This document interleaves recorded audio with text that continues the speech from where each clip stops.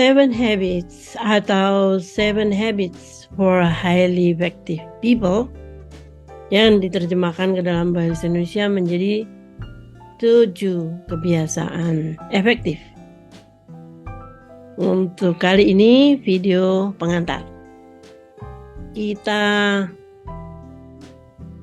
bahas dulu siapa pengarang dari buku ini, yaitu Bapak Stephen R. Covey. Ya, dia dilahirkan tanggal 24 Oktober tahun 1923 di Salt Lake City, Utah, Amerika Serikat. Bukunya sangat populer sekali, diterjemahkan dalam berbagai bahasa, dan kemudian juga beliau mendirikan Covey Leadership Center juga di Salt Lake City di Utah, dan dia kemudian ditengarai sebagai guru manajemen pribadi yang paling berpengaruh abad milenium ini. Stephen Covey tidak begitu suka dengan konsep kepribadian. Jadi seperti pelatihan kepribadian, bagaimana menjadi pribadi sukses, itu dia tidak begitu cocok. Pak Covey mengajukan konsep karakter, dan menurut beliau karakter adalah gabungan dari kebiasaan-kebiasaan kita. Beliau juga mengakui bahwa kebiasaan sulit berubah. Kebiasaan merokok, kebiasaan bangun siang, kebiasaan gampang tersinggung, kebiasaan gampang marah, gampang ngamuk, itu juga kebiasaan-kebiasaan yang sulit berubah. Tetapi beliau mengatakan bahwa kebiasaan itu bisa diubah dengan komitmen yang sungguh-sungguh. Nah, kebiasaan atau dalam bahasa Inggrisnya adalah habits yang baik adalah persinggungan antara pengetahuan atau knowledge, keahlian atau skill, dan keinginan atau desire. Nah, di dalam bukunya ini beliau mengajukan 7 habits dalam gambar seperti ini. Anda lihat yang paling bawah ini adalah dependence, yang tengah adalah interdependence, dan yang paling atas adalah yang tengah adalah independent, yang paling atas adalah interdependence. Beliau mengatakan bahwa dependence nih, orang dalam kondisi level dependence nih orang yang payah banget karena dia tuh hidupnya tergantung pada orang lain. Kalau orang lain ngomong yang menyakitkan hati, dia sakit hati. Dia kecewa, dia cemberut. Kalau ada orang bisik-bisik, dia mengira dia lagi diomongin. Kalau atasan ngomongnya ketus, dia langsung benci. Dan nasibnya juga ditentukan orang lain. Kalau orang tua mengatakan A, dia harus A. Pacar mengatakan B, dia harus B. Dan seterusnya hidupnya itu tergantung pada orang lain. Dan itu bukan kondisi kejiwaan yang baik. Maka beliau mengajukan level pertama, yaitu menjadi orang yang independen atau merdeka. Bagaimana caranya menjadi orang yang independen atau merdeka?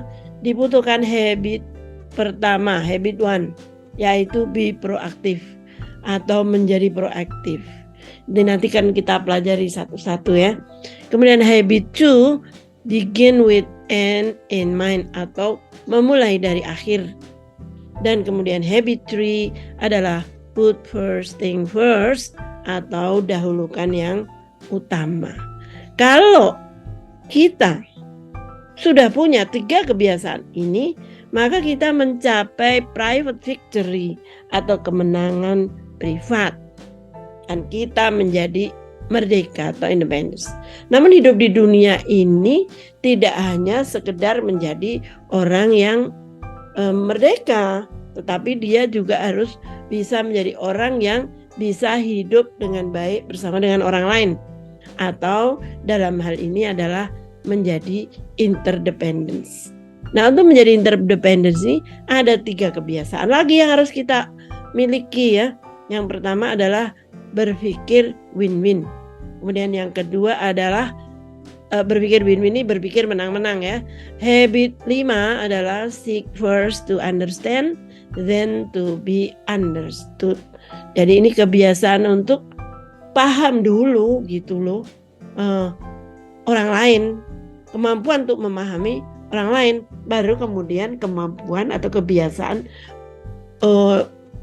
untuk bisa dipahami. Jadi dalam berkomunikasi dia bisa dipahami. Tapi itu nomor 2. Yang pertama dia harus bisa paham dulu orang lain. Nah kemudian habit terakhir sinergi. Nanti kita bahas yang lebih mendalam juga di sini di video sinergi ya. Nah kalau sudah sinergi maka kita mengalami kemenangan publik. Kemenangan publik artinya kita kemudian bisa berinteraksi dengan orang lain dengan baik. Nah habit 7 nih yang terakhir adalah sharpen the saw. Ibaratnya Anda ini adalah sebuah gergaji, bagaimana menajamkan diri Anda. Nah itu nanti juga dibahas dalam satu video. Nah di dalam pengantar dari Pak Stephen Covey, beliau membahas tentang paradigma. Jadi paradigma itu kalau definisi kerennya adalah model, teori, persepsi, asumsi, atau kerangka pikir. Namun gampangannya kalau kita paradigma kita itu adalah bagaimana kita melihat dunia. Nah melihat dalam hal ini adalah mempersepsi, memahami, dan menginterpretasikan dunia. Nah kita semua ini punya paradigma kita masing-masing. Nah Pak Covey mengatakan kalau kamu mau punya 7 kebiasaan efektif, kamu harus siap dan berani mengalami perubahan paradigma. Kamu harus mengubah paradigmamu. Kamu harus mengubah bagaimana kamu mempersepsi, memahami, dan menginterpretasikan apa yang kamu lihat. Tuh. Nah ini kesiapan yang harus kita miliki. Kita mungkin tidak hanya mungkin ya, kemungkinan besar kita itu akan meninggalkan sudut pandang yang dulu dan melihat dunia ini dengan cara yang berbeda. Nah, kita bahas di sini, Stephen Covey membahas di sini adanya paradigma pada umumnya.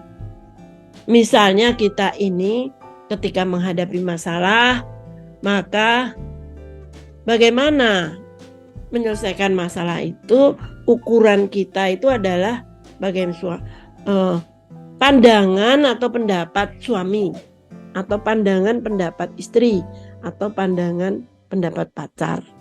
Jadi selalu kriterianya itu didasari pada suami atau istri atau pacar. Yang kedua, apapun itu yang ada di dunia ini, saya akan menghadapinya, menyelesaikannya, dasarnya adalah keluarga. Atau apapun yang saya hadapi ini nomor 1 adalah uang atau kepemilikan. Itu paradigma uang. Kemudian apapun yang saya hadapi ini semua kriterianya adalah pekerjaan. Berarti paradigmanya pekerjaan. Apapun yang saya hadapi ini kriterianya adalah teman. Yang paling penting di dunia ini teman. Atau malah musuh. Contoh ya, kalau yang nomor 1 pekerjaan itu pekerjaan aja. Semuanya dikalahin. Nomor 1 pokoknya pekerjaan. Kalau kriteria teman itu ya apa aja dikalahin, yang penting kriteria hidup kita ini teman. Musuh juga begitu. Apapun yang kita lakukan ini adalah bagaimana menjatuhkan musuhku.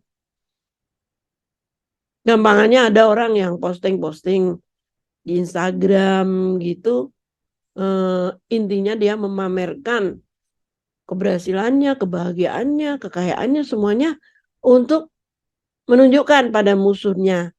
Inilah saya. Jadi seluruh Instagram itu isinya adalah, kalau kita tidak tajam kita tidak bisa melihat, tapi kalau kita tajam kita bisa merasa oh ini postingan-postingan di Instagram tujuannya adalah untuk memamerkan kepada musuhnya. Ini contoh ya. Ada orang yang nomor 1 itu kenikmatan hidup. Pokoknya asal nikmat oke, dan semua dikalahkan. Ada peluang untuk mengalami kenikmatan hidup, tapi itu pada jam kerja ya udah bolos gitu kan, karena dia mengutamakan kenikmatan. Ada lagi orang yang mengutamakan segalanya itu kriterianya adalah agama. Ini agak sensitif ya. Bagi kita orang Indonesia, ini kan penulisnya orang Amerika. Tapi orang Amerika itu memang sebenarnya mereka itu juga membedakan antara beragama dan bertuhan. Jadi mereka tuh sebagian juga masih bertuhan. Ada juga sih yang udah nggak percaya pada Tuhan. Tapi mereka juga bertuhan tapi tidak percaya kepada agama. Nah, yang dimaksud di sini kalau kalau di Indonesia cocoknya begini. Jangan kemudian ekstrim dan apa ya? Jangan ekstrim, jangan militan, jangan radikal gitu loh. Jadi lalu kalau yang tidak sesuai dengan agama saya itu salah dan harus dibenci misalnya gitu ya. Bahkan ada loh zaman sekarang ini yang sesama, agamanya sama. Tapi karena tidak mengikuti kan di dalam agama tuh ada berbagai tafsir ya. Nah dia punya tafsir A.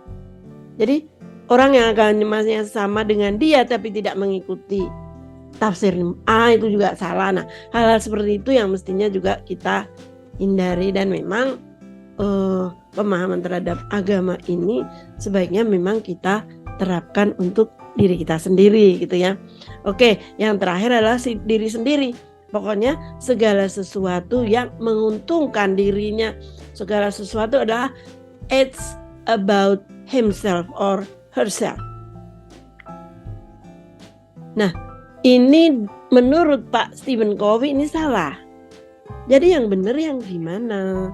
Itu beliau mengajukan paradigma berbasis prinsip. Jadi Anda punya prinsip hidup. Dan prinsip Anda inilah yang kemudian Anda gunakan untuk menghadapi berbagai hal di dalam hidup Anda.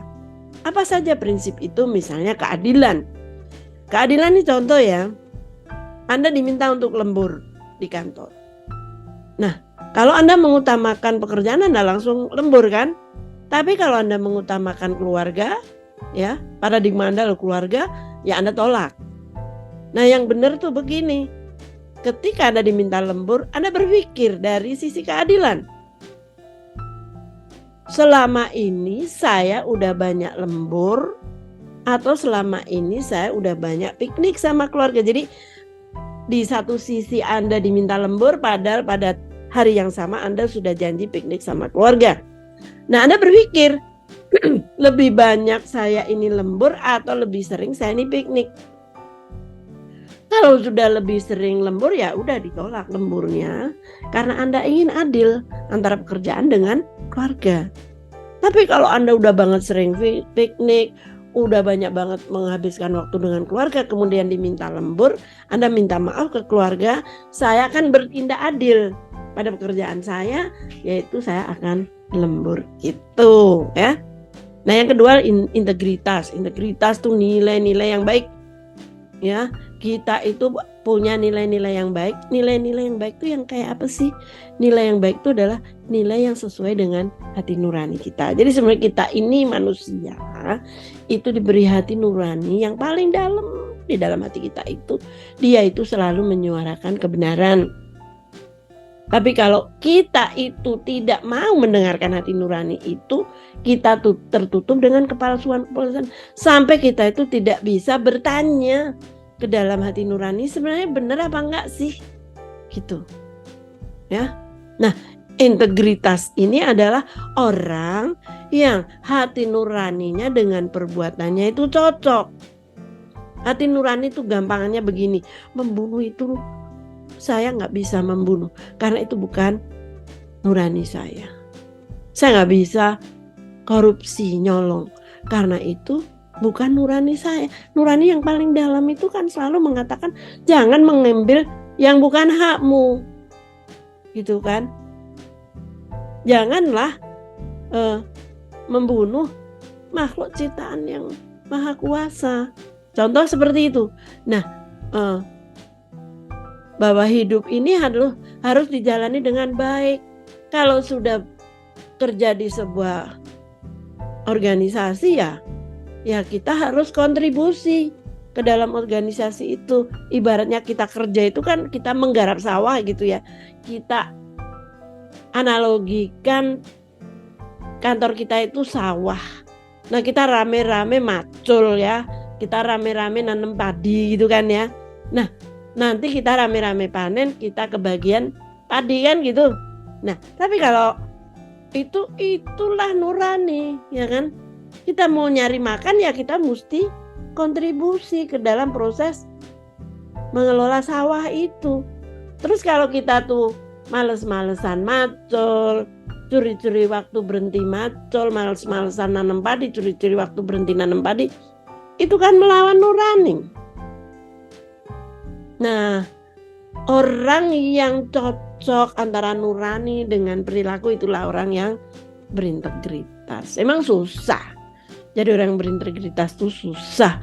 Apalagi dalam organisasi-organisasi di mana nyolong itu hal yang biasa. Atau malak itu hal yang biasa.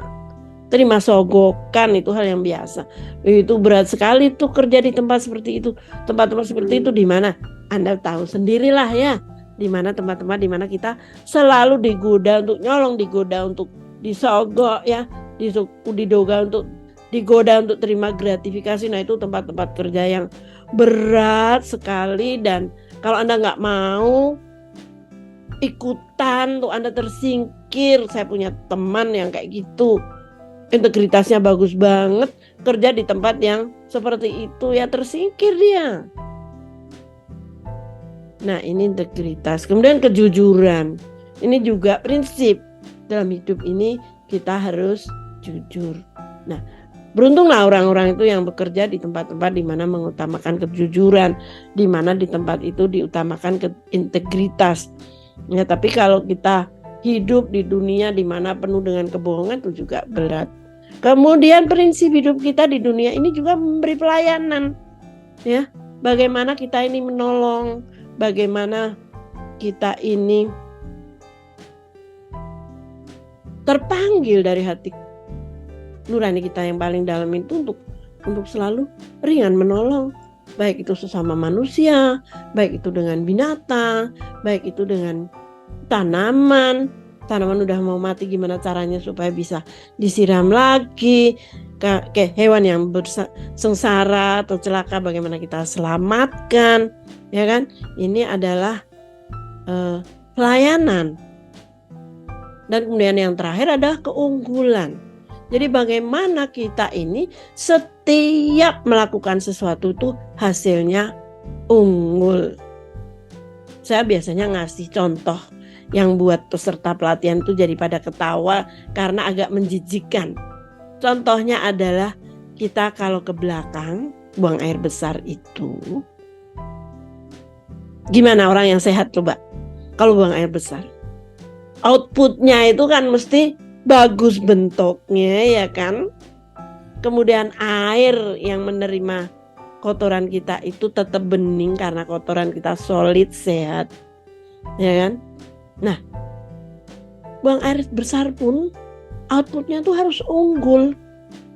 Nah, bagaimana supaya bisa punya output unggul dalam buang air besar? Itu kan makanan kita, pola hidup kita itu baik, gitu kan? Itu contoh ekstrim ya, memang agak menjijikan contohnya itu.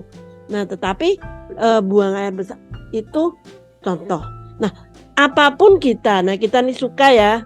Saya dulu pernah melakukan dan itu kesalahan yang sangat besar. Ketika anak saya mendapat tugas prakarya, berhubung mata pelajaran yang lain berat-berat harus belajar, akhirnya prakarya saya buatkan. Itu kesalahan besar. Karena kemudian anak saya itu tidak punya outputnya sendiri karena hasil prakarya yang diserahkan itu buatan saya, gitu kan.